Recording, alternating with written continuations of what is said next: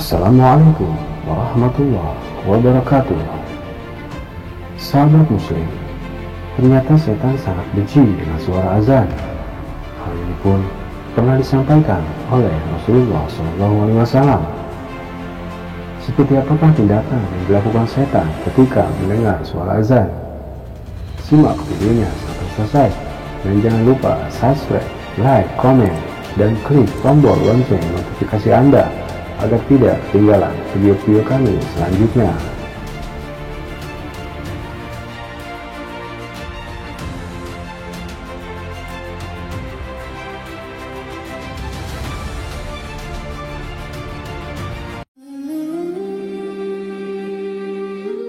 Nabi SAW mengabarkan ketidaksukaan setan dengan suara azan.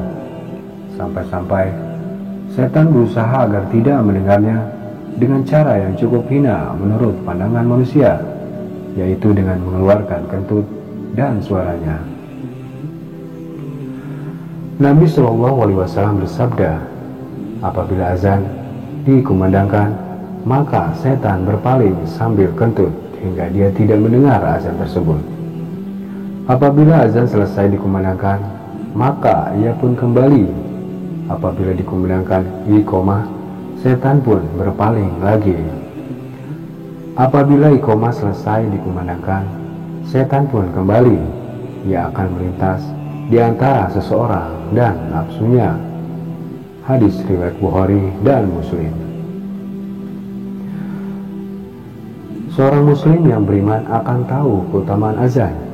Mereka akan rindu dan sangat senang.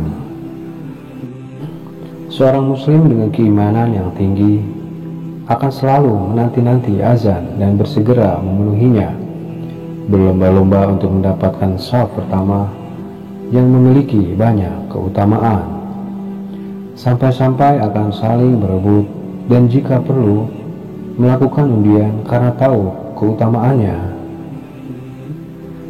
Nabi SAW bersabda, seandainya manusia mengetahui keutamaan yang ada pada azan dan shaf pertama, lalu mereka tidak akan mendapatkannya kecuali dengan mengundi, pastilah mereka akan mengundinya. Hadis riwayat Bukhari Muslim. Azan adalah penanda masuknya waktu sholat dan amalan yang terbaik adalah sholat di waktunya. Abdullah bin Mas'ud radhiyallahu anhu bahwa beliau bertanya kepada Nabi SAW, amal apakah yang paling dicintai Allah? Nabi SAW menjawab dengan sabdanya, sholat itu pada waktunya. Ibnu Mas'ud bertanya lagi, kemudian apa? Beliau ulangi 2 kali dan Nabi SAW menjawab dengan urutan, berbakti kepada orang tua, kemudian berjihad fi sabilillah. Hadis riwayat Bukhari Muslim. Hendaklah kita malu terhadap seorang sahabat yang buta yang tidak ada penuntun ke masjid, tetapi ia tetap diperintahkan sholat berjamaah ke masjid jika mendengar azan.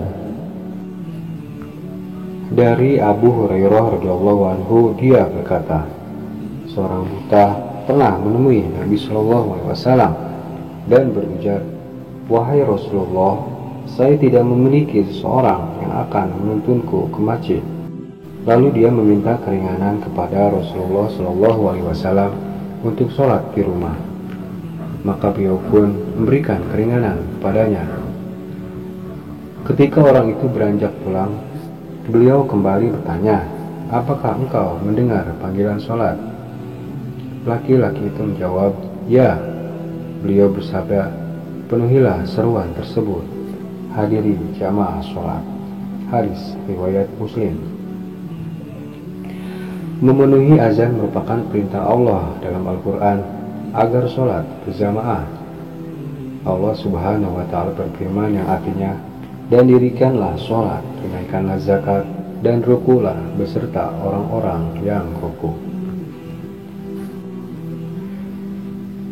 Ibnu Qayyim al-Jauziyah rahimahullah berkata, makna firman Allah, rukulah bersama orang-orang yang ruku, Faedahnya yaitu tidaklah dilakukan kecuali bersama jamaah yang sholat dan bersama-sama. Demikianlah, semoga bermanfaat. Wassalamualaikum warahmatullahi wabarakatuh.